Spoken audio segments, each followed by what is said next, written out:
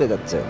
এর ভিতরে দেখা যাচ্ছে যে ওই যারা হরতাল ডাকতেছে বা যারা হরতালের পক্ষে তারা সে গাড়িতে ওই সময় একটা আগুন দিয়ে দিচ্ছে। শিশুরা স্বাভাবিকভাবে রাস্তায় চলাফেরা করলে এর প্রতি কেউ সন্দেহ সৃষ্টি হয় না, তখন সে সুযোগ বুঝে একটা নাশকতা ঘটালো, অন্যান্য পিকেটাররা এসে তখন সে গাড়িতে অগ্নিসংযোগ করার সুযোগ পায়।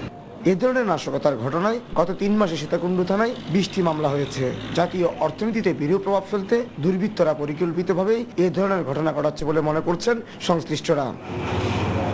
অমল দেব, সমস্যা সংবাদ, চট্টগ্রাম। প্রধানমন্ত্রী শেখ হাসিনা বলেছেন, ফটিকছড়ির মতো ঘটনা আবারও ঘটানোর হুমকি দিচ্ছে বিএনপি। কৃষক লীগের 41তম প্রতিষ্ঠা বার্ষিকী উপলক্ষে গতকাল সন্ধ্যায় গণভবনে সংগঠনটির নেতাকর্মীরা প্রধানমন্ত্রীর সাথে দেখা করতে এলে তিনি বলেন, মানুষ খুন করাই বিএনপির চরিত্র। আসন্ন বাংলাদেশ গেমস এবং চলমান উচ্চ মাধ্যমিক পরীক্ষার মধ্যে হরতাল আর ধ্বংসাত্মক কাজ থেকে বিরোধী দলকে বিরত থাকার আহ্বান জানিয়েছেন প্রধানমন্ত্রী। তিনি বলেছেন, বিশ্বে যখন মূল্যস্ফীতি আর দ্রব্যমূল্য বাড়ছে তখন বাংলাদেশ তার প্রবৃদ্ধি ধরে রেখেছে।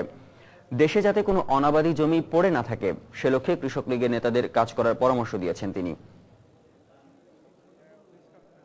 একটা শান্তিপূর্ণ মিছিল যাচ্ছে সেই ফটিকছড়িতে, সেখানে মিছিলের উপরে হামলা করে মসজিদের মাইক ব্যবহার করে মিথ্যা কথা বলে মানুষকে বিভ্রান্ত করে মসজিদের মাইক ব্যবহার করে সেখান থেকে লোক এনে সেই মিছিলে হামলা করে প্রায় 4-5 জন লোককে হত্যা করেছে এবং অনেকেই আজকে পাওয়া যাচ্ছে না, নিখোঁজ।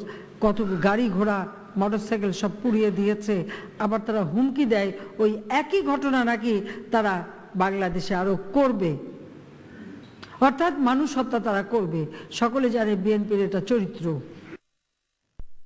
প্রধানমন্ত্রী ও আওয়ামী লীগ সভানেত্রী শেখ হাসিনার কুমিল্লা সফর উপলক্ষে সকল প্রস্তুতির কাজ শেষ পর্যায়ে। সফরকালে প্রধানমন্ত্রী জনসমাবেশে ভাষণ দেওয়া ছাড়াও 26টি উন্নয়ন প্রকল্পের উদ্বোধন করবেন। এদিকে প্রধানমন্ত্রীর আগমন উপলক্ষে কুমিল্লা সহ আশপাশের এলাকায় নেওয়া হয়েছে ব্যাপক নিরাপত্তা ব্যবস্থা। প্রধানমন্ত্রীর আগমন উপলক্ষে কুমিল্লা সেজেছে নতুন রূপে। রাস্তাঘাট পরিষ্কারের পাশাপাশি সরকারি অফিসগুলোতে চলছে ধোয়া মোছার কাজ। দলীয় নেতাকর্মীদের ব্যানার আর পোস্টারে ছেয়ে গেছে পুরো নগরী। জনসভাকে সফল করতে মঞ্চ তৈরির কাজও রয়েছে শেষ পর্যায়ে। এদিকে প্রধানমন্ত্রীর আগমন উপলক্ষে কুমিল্লা শহর সহ আশপাশের এলাকায় 4 স্তরের নিরাপত্তা ব্যবস্থা নেওয়া হয়েছে। সফরকালে প্রধানমন্ত্রী মুরাদনগরে শ্রীকাইল গ্যাস ফিল্ডের কূপ খনন ও গ্যাস সঞ্চালন সহ 26টি উন্নয়ন প্রকল্পের উদ্বোধন করবেন। আমাদের অনেক বড় বড় স্থাপনা ইতিমধ্যে আমরা তৈরি করেছি। আগামী 20 তারিখে এই টাউন হলের মাঠে, ঐতিহ্যমণ্ডিত টাউন হলের মাঠে তিনি আসবেন, তিনি বক্তব্য রাখবেন, তিনি এখানে অনেক স্থাপনার শুভ উদ্বোধন ঘোষণা করবেন। এই ব্যাপারে বিস্তারিত কর্মসূচি নেওয়া হয়েছে। আমাদের সর্বশেষ প্রোগ্রাম কুমিল্লা টাউন হল মাঠে একটি ঐতিহাসিক জনসভা করে। জেলা পুলিশের পক্ষ থেকে পর্যাপ্ত সংখ্যক নিরাপত্তা ব্যবস্থা নিয়েছি। সাদা পোশাকে এবং পোশাকে 2 ধরনের নিরাপত্তা ব্যবস্থা গ্রহণ করেছি আমরা। এছাড়াও পুলিশ ছাড়াও এখানে র্যাব এবং অন্যান্য গোয়েন্দা সংস্থা কাজ করবে। Srikail gas field Nazrul institute উনি স্পটে গিয়ে সেটি উদ্বোধন করবেন। আর টাউন হল মাঠে যেখানে সভা হবে, জনসভা হবে, সেখানে তিনি 22টি প্রতিষ্ঠানের শুভ উদ্বোধন ঘোষণা করবেন এবং 2টি প্রতিষ্ঠানের ভিত্তিপ্রস্তর স্থাপন করবেন। ফটিকছড়ির মতো ঘটনা এড়াতে নির্দলীয় সরকারের দাবি মেনে নেওয়ার আহ্বান জানিয়েছেন বিএনপি নেতারা। বিরোধী দলের নেতাকর্মীদের আটক করে সরকার দেশকে জেলখানায় পরিণত করেছে বলেও মন্তব্য করেছেন তারা। গতকাল সকালে জাতীয় প্রেস ক্লাবের সামনে মানববন্ধন সহ বিভিন্ন কর্মসূচিতে অংশ নিয়ে তারা আরো বলেন, সরকার সংলাপের কথা বলে সময় ক্ষেপণ করে দলীয় সরকারের অধীনে নির্বাচন করতে চায়। নেতাকর্মীদের মুক্তির দাবিতে রাজধানীর জাতীয় প্রেস ক্লাবের সামনে এক কর্মসূচিতে অংশ নিয়ে বিএনপি স্থায়ী কমিটির সদস্য ব্যারিস্টার রফিকুল ইসলাম মিয়া সরকারের বিরুদ্ধে নানা দুর্নীতির অভিযোগ তুলে ধরেন। আজকে বিশ্বব্যাংকের পদ্মা সেতুর সঙ্গে এই দুর্নীতির সঙ্গে হাসিনা সরকারের মন্ত্রী জড়িত থাকায় হাসিনা সরকারের ক্ষমতায় থাকার আর কোনো অধিকার নাই। একই স্থানে এক গণ অবস্থান কর্মসূচিতে যোগ দিয়ে দলটির আরেক স্থায়ী কমিটির সদস্য ডক্টর আব্দুল মঈন খান বলেন, টিআইবি সহ বিভিন্ন সংস্থার প্রস্তাবে জটিলতার সমাধান হবে না। এ সময় নেতাকর্মীদের কারারুদ্ধ রাখার কঠোর সমালোচনা করেন তিনি। বিরোধী দলের প্রত্যেকটি নেতা কর্মীকে অবিলম্বে মুক্তি দিতে হবে। বিরোধী দলকে কারারুদ্ধ করে সারা দেশকে একটি জেলখানায় পরিণত করে আওয়ামী লীগ সরকার এই দেশ পরিচালনা করতে পারবে না। এটা কোনোদিন হয়নি, ভবিষ্যতে হবে না। পরে যুবদল সভাপতি মোয়াজ্জেম হোসেন আলাল সহ বিএনপির শীর্ষ নেতাদের মুক্তির দাবিতে আয়োজিত এক মানববন্ধনে বক্তব্য রাখেন এম কে আনোয়ার। ফটিকছড়ির ঘটনায় সাতক্ষীরার ঘটনায়, বগুড়ার ঘটনায়, পাবনার ঘটনায় যাতে আর পুনরাবৃত্তি না হয় তার জন্য যেটি প্রয়োজন জনগণের দাবি মাথা পেতে মেনে নিয়ে জনগণের ইচ্ছা মতো নির্দলীয় তত্ত্বাবধায়ক সরকারের অধীনে নির্বাচন দিন। আসছে দিনে আরো কঠোর কর্মসূচির মাধ্যমে সরকার বিরোধী আন্দোলন গড়ে তোলারও হুঁশিয়ারি দেন বিএনপি নেতারা। জনগণের সকল। সঞ্জীব রায়, সময় সংবাদ, ঢাকা। এদিকে আওয়ামী লীগের নেতারা বলেছেন সন্ত্রাস চালিয়ে রাজনীতি করা যায় না। ফটিকছড়িতে 3 ছাত্রলীগ কর্মীকে খুন এবং বিভিন্ন জায়গায় পুলিশের উপর হামলা চালিয়ে বিএনপি জামায়াত সন্ত্রাসী দলে পরিণত হয়েছে বলেও মন্তব্য করেছেন তারা। গতকাল সকালে রাজধানীতে আলাদা অনুষ্ঠানে তারা বক্তব্য রাখেন। শুক্রবার সুপ্রিম কোর্ট বার অ্যাসোসিয়েশন মিলনায়তনে এক অনুষ্ঠানে আইন প্রতিমন্ত্রী বলেন, বিরোধী দলের শীর্ষ নেতারা আজ কারাগারে, যা গণতান্ত্রিক ব্যবস্থার জন্য দুঃখজনক। কিন্তু সাধারণ মানুষের নিরাপত্তার জন্য সরকার আজ কঠোর হতে বাধ্য হয়েছে। এ সময় প্রধান অতিথির বক্তব্যে আওয়ামী লীগের উপদেষ্টা মণ্ডলীর সদস্য সুরঞ্জিত সেনগুপ্ত স্বাধীনতা বিরোধীদের প্রতি রুখে দাঁড়াতে সাধারণ মানুষের প্রতি আহ্বান জানান। এই সমস্ত শীর্ষ নেতা আজকে জেলখানে আছে, আমি তাদেরকে রাজনৈতিক নেতা বলতে রাজি নই। তারা রাজনৈতিক নেতার আদলে, রাজনৈতিক নেতার লেবাসে তারা সন্ত্রাসী দলের নেতা। এই সমস্ত নেতৃবৃন্দ আজকে যখন জেলখানে আছে, আজকে কিন্তু সন্ত্রাস অনেক কমে গেছে। এবং আজ যারা বাইরে আজকে আস্ফালন করে যে সমস্ত কথাবার্তা তারা বলে, এদেরকে যখন জেলখানায় নেওয়া হবে তখন দেখবেন সমস্ত সন্ত্রাস কমে গেছে বাংলাদেশে। সোজা পথে আসুন, সহজ পথে আসুন, সন্ত্রাসের পথ পরিহার করুন।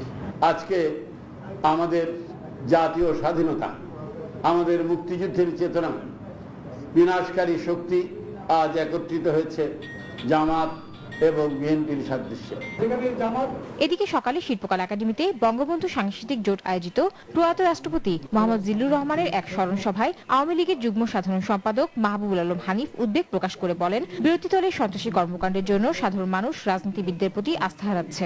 এ সময় তিনি হেফাজত ইসলামকে জামাতের ফাঁদে পা না দিয়ে ধর্মীয় কর্মকাণ্ডের মধ্যে নিজেদের সীমাবদ্ধ রাখার আহ্বান জানান। যারা ভোজপুরের এই ঘটনার সমর্থন দিয়ে আর এই ঘটনার আহ্বান জানাচ্ছেন, আপনাদেরকে বাংলার মানুষ রাজনীতিবিদ হিসেবে দেখতে চায় না। আপনারা সন্ত্রাসী হিসেবে নাম লেখান, সন্ত্রাসী দল গঠন করে এই ধরনের কর্মকাণ্ড করুন। বাকি রাজনীতিবিদদের মধ্যে মানুষের যেটুকু আস্থা আছে সেটুকু যেন থাকে। অনুষ্ঠানে বক্তারা ফটিকছড়িতে ছাত্রলীগের কর্মীদের উপর সন্ত্রাসীদের হামলা এবং দেশের বিভিন্ন স্থানে পুলিশ সদস্যদের উপর হামলার তীব্র নিন্দা জানান। তাহসিনা জেসি, সময় সংবাদ, ঢাকা। অনুসন্ধানী রিপোর্টে অভিযোগের তীর স্বাধীনতা বিরোধী চক্রের দিকে। ফটিকছড়ির মতো ঘটনা আবারও ঘটনার হুমকি দিচ্ছে বিরোধী দল। মন্তব্য প্রধানমন্ত্রীর। পরীক্ষার সময় হরতাল না দেওয়ার আহ্বান। ফটিকছড়ির মতো ঘটনা এড়াতে নির্দলীয় সরকার প্রতিষ্ঠার দাবি বিএনপির। সন্ত্রাস ছেড়ে রাজনীতিতে ফিরে আসার আহ্বান আওয়ামী লীগের। প্রায় 1 যুগ পর আজ বসছে 8ম বাংলাদেশ গেমসের আসর। সাভার জাতীয় স্মৃতিসৌধে মশাল প্রজ্বলনের পর বর্ণাঢ্য র্যালি। এবং টানা হরতালের কারণে চালের বাজার ছিল অস্থির। গত এক সপ্তাহে রাজশাহী ও সিলেটের দাম কমে আসায় ক্রেতা মনে স্বস্তি। সংখ্যালঘু সম্প্রদায়ের উপর হামলা জাতির জন্য কলঙ্কের এবং এই ঘটনার পুনরাবৃত্তি যাতে না হয় সেদিকে লক্ষ্য রাখতে সবার প্রতি আহ্বান জানিয়েছেন দেশের রাজনীতিবিদ সহ বিশিষ্টজনরা। গতকাল সকালে রাজধানীর ইঞ্জিনিয়ার্স ইনস্টিটিউশন মিলনায়তনে বাংলাদেশ হিন্দু বৌদ্ধ খ্রিস্টান ঐক্য পরিষদের 8ম জাতীয় সম্মেলনে তারা বলেন, বাংলাদেশের মানুষ বহুদলীয় ও ধর্মনিরপেক্ষ গণতন্ত্রে বিশ্বাসী। কাজেই সব ধর্মের মানুষের সমান অধিকার নিয়ে এদেশে বসবাসের অধিকার রয়েছে বলেও মন্তব্য করেছেন তারা। আপনাদের সকলকে আমি তাই আহ্বান জানাবো, ধর্মীয় সম্প্রদায় হিসেবে আপনাদের সংগঠিত হওয়ার পাশাপাশি সমস্ত জাতির ঐক্য আজকে সুপ্রতিষ্ঠিত করতে হবে। চ্যালেঞ্জের মুখে পড়েছে আমাদের ধর্মনিরপেক্ষতা, চ্যালেঞ্জের মুখে পড়েছে আমাদের অসাম্প্রদায়িক গণতান্ত্রিক ঐতিহ্য, চ্যালেঞ্জের মুখে পড়েছে আমাদের সাম্প্রদায়িক সম্প্রীতির যে ধারাবাহিকতা, যারা বাংলাদেশের সৃষ্টি এবং বাংলাদেশের অস্তিত্বের প্রশ্ন সেটা আজকে চ্যালেঞ্জের মুখে দাঁড়িয়ে আছে। কিছু কিছু সাম্প্রদায়িক ঘটনা এদেশের মানুষের মনে যে কলঙ্ক লেপেছে, এই কলঙ্ক মোচন করার জন্য অবিলম্বে যদি আমরা কোনো ব্যবস্থা গ্রহণ না করি তাহলে জাতিকে খেসারত দিতে হবে এবং মুক্তিযুদ্ধের চেতনাকে অসম্মান করা হবে। নতুন করে সাম্প্রদায়িক উস্কানির সৃষ্টি করে নৈরাজ্যমূলক কর্মকাণ্ড পরিচালিত করে ৭১-এর ঘাতককে তার অনুসারীদেরকে প্রত্যক্ষ মদল দিয়ে একটি মহল আমাদেরকে আমাদের অঙ্গীকার থেকে চক্রান্ত করেছে। এখানে সংখ্যাগরিষ্ঠ কারা? হিন্দু, মুসলমান, বৌদ্ধ, খ্রিস্টান আমরা বাঙালি আদিবাসী মিলে আজকে যারা নাগরিক, আমরা হলাম সংখ্যাগরিষ্ঠ। সংখ্যালঘু হলো কারা? পরাজিতরা, পরাজিতরা, পরাজিতরা। বিএনপি জামায়াত ঐক্যবদ্ধ হয়ে যুদ্ধাপরাধীদের বিচার বানচাল করার ষড়যন্ত্র করছে বলে অভিযোগ করেছেন ইমাম ওলামা ঐক্য পরিষদের চেয়ারম্যান মাওলানা ইসমাইল। শুক্রবার সকালে জাতীয় প্রেস ক্লাবে সংবাদ সম্মেলনে তিনি আরো বলেন, বিএনপি ক্ষমতায় এলে হেফাজতে ইসলামের 13 দফা দাবি মানবে কিনা তা নিয়েও প্রশ্ন আছে। কওমি মাদ্রাসায় যে ছোট ছোট ছাত্র আছে তাদেরকে বিভিন্ন ভুল বুঝিয়ে এবং শিক্ষকরা তাদেরকে বিভিন্ন ভাবে প্রলোভন দেখিয়ে এবং বিভিন্ন নবীজির কথা দেখিয়ে তারপর তাদেরকে মাঠে নামিয়েছেন। জামাত শিবিরই তো এটা লেলিয়ে দিয়েছেন তাদেরকে। কিভাবে এই দেশের সর্বময় একাত্রিত হইয়া একটা বিশৃঙ্খলা সৃষ্টি হলেই তো যুদ্ধ অপরাধের বিচারটা বন্ধ হয়ে যাবে। জামায়াত নিষিদ্ধের দাবি জানিয়েছে কওমি মাদ্রাসা সংরক্ষণ কমিটি। জমিয়তে উলামা বাংলাদেশের কেন্দ্রীয় সভাপতির উপর জামায়াত শিবিরের হামলার প্রতিবাদে সিলেটে বিক্ষোভ পরবর্তী সমাবেশ থেকে এই দাবি জানিয়েছেন তারা। শুক্রবার জুমার নামাজ শেষে মহানগরের জেল রোড থেকে একটি মিছিল বিভিন্ন সড়ক প্রদক্ষিণ করে কোর্ট পয়েন্টে সমাবেশে মিলিত হয়। এতে বক্তারা জমিয়তে উলামা বাংলাদেশের কেন্দ্রীয় সভাপতি আলিমউদ্দিন শাহ দুর্লভপুরীর উপর 10 এপ্রিল কানাইঘাটে জামাত শিবিরের হামলার তীব্র ক্ষোভ প্রকাশ করেন। এ সময় অবিলম্বে জামাত শিবিরের সন্ত্রাসীদের গ্রেফতারের পাশাপাশি যুদ্ধাপরাধের অভিযোগে স্বাধীনতার চেতনা বিরোধী এই দলটি নিষিদ্ধের দাবি জানানো হয়েছে।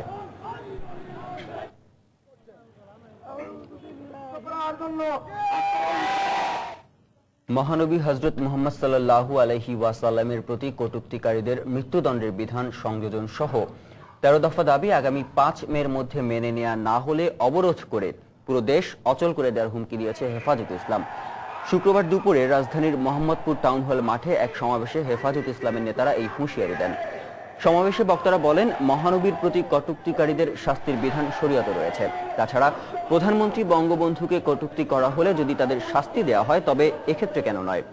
বিভিন্ন মন্ত্রীকে হেফাজতে ইসলাম নিয়ে বিভ্রান্তি না ছড়ানোর জন্য আহ্বান জানান তারা।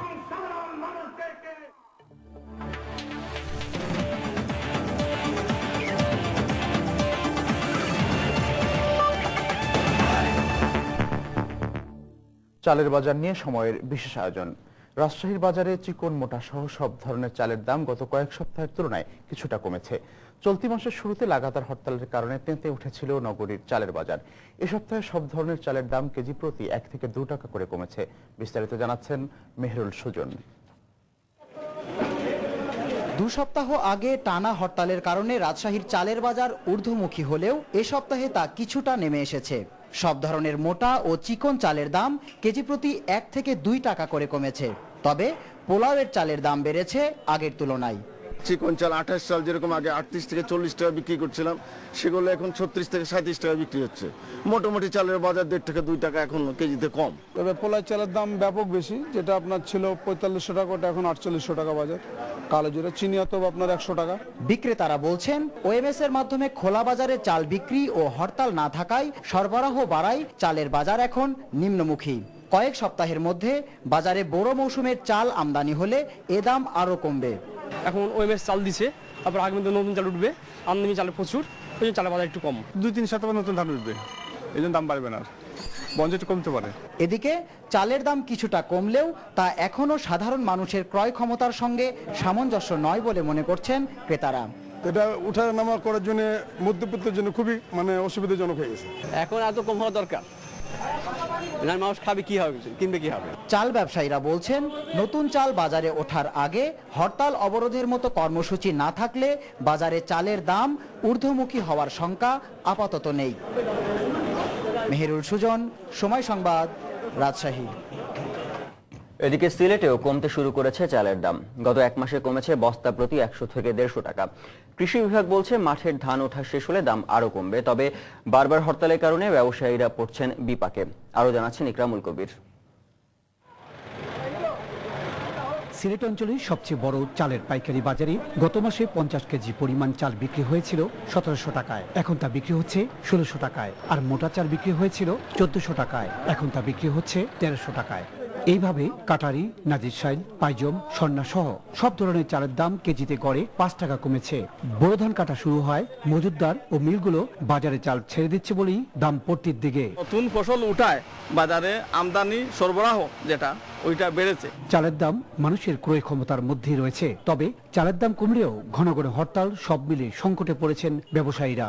চালের দাম মোটামুটি স্বাভাবিক আছে, মনে রাখা এই বছর যে চাল যেগুলা হয়েছে মোটামুটি মানুষের শান্তিমতো খাইতে পারছে। হরতালের জন্য আমাদের ব্যবসা বাণিজ্য অত্যন্ত খারাপ যাচ্ছে, কাস্টমার যদি না আসে তাহলে আমরা এই খোলাটা ব্যর্থ। অন্যদিকে বিক্রেতাদের কাছে কম দামে চাল বিক্রিতে খুশি খুচরা ব্যবসায়ীরা। অস্তা হয়ে কিনতাম আত্মনে অস্তা টাকার চাউল বাড়ানোর দাম কমছে আর কি, দাম কমছে জায়গা অবশ্যই লাভ হইব। কৃষি কর্মকর্তা বলছেন বড় ধান উঠা পর্যন্ত আবহাওয়া অনুকূলে থাকলে চালের দাম আরো কমবে। বর্তমানে কোনো দুর্যোগ আপাতত নাই, মাঠে যে ফসলের অবস্থা দেখা যাচ্ছে এটা হয়তো 10-15-20 দিনের মধ্যে পতন শেষ হবে।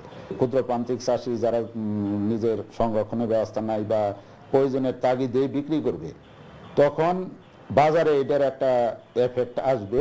নতুন চাল উঠার পাশাপাশি সরকারের OMS কার্যক্রম এবং কাজের বিনিময়ে খাদ্য কর্মসূচিতে চালের দাম দিন দিন কমছে বলে জানালেন বিক্রেতারা। ইকরামুল কবির, সময় সংবাদ, সিলেট। আমিন আহমদ চৌধুরী বীর বিক্রম আর নেই, ইন্না লিল্লাহি ওয়া ইন্না ইলাইহি রাজিউন। শুক্রবার রাত 11:30 রাজধানীর একটি হাসপাতালে তিনি শেষ নিঃশ্বাস ত্যাগ করেন। মৃত্যুর সময় তার বয়স হয়েছিল 67 বছর।